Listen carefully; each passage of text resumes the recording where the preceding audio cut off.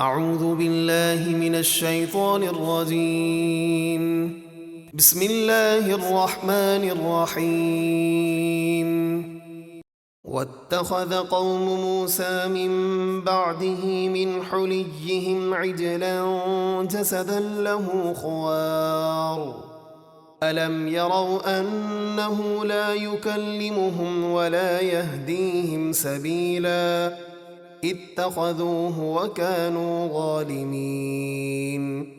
اور موسیٰ کی قوم نے ان کے کوہ طور پر جانے کے بعد اپنے زیوروں سے بچھڑے کا ایک مجسمہ بنا لیا جو گائے جیسی آواز نکالتا تھا۔ کیا انہوں نے نہیں دیکھا وہ بچھڑا نہ تو ان سے بات کرتا ہے اور نہ ہی انہیں ہدایت کا راستہ دکھاتا ہے؟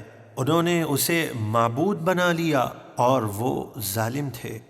وَلَمَّا سُقِطَ فِي أَيْدِيهِمْ وَرَأَوْا أَنَّهُمْ قَدْ ضَلُّوا قَالُوا لَئِن لَّمْ يَرْحَمْنَا رَبُّنَا وَيَغْفِرْ لَنَا لَنَكُونَنَّ مِنَ الْخَاسِرِينَ۔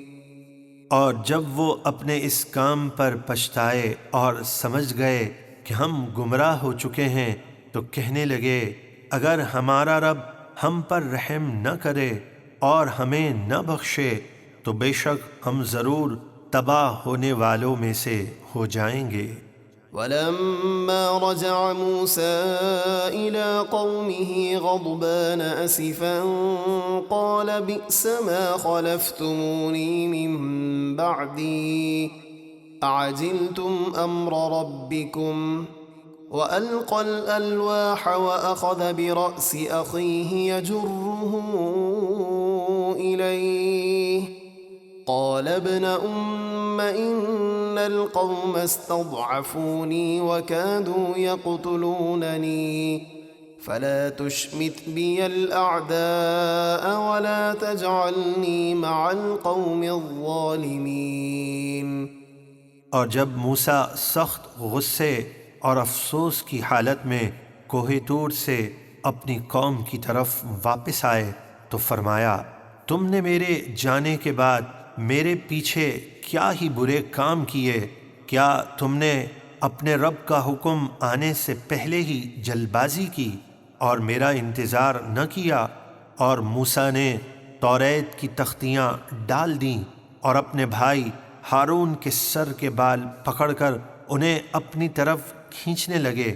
ہارون نے کہا اے میری ماں کے بیٹے، ان لوگوں نے مجھے کمزور سمجھا اور قریب تھا کہ وہ مجھے مار ڈالتے، تو آپ میرے بال پکڑ کر دشمنوں کو مجھ پر نہ ہنسائیے اور مجھے ان ظالم لوگوں کے ساتھ شامل نہ کیجیے۔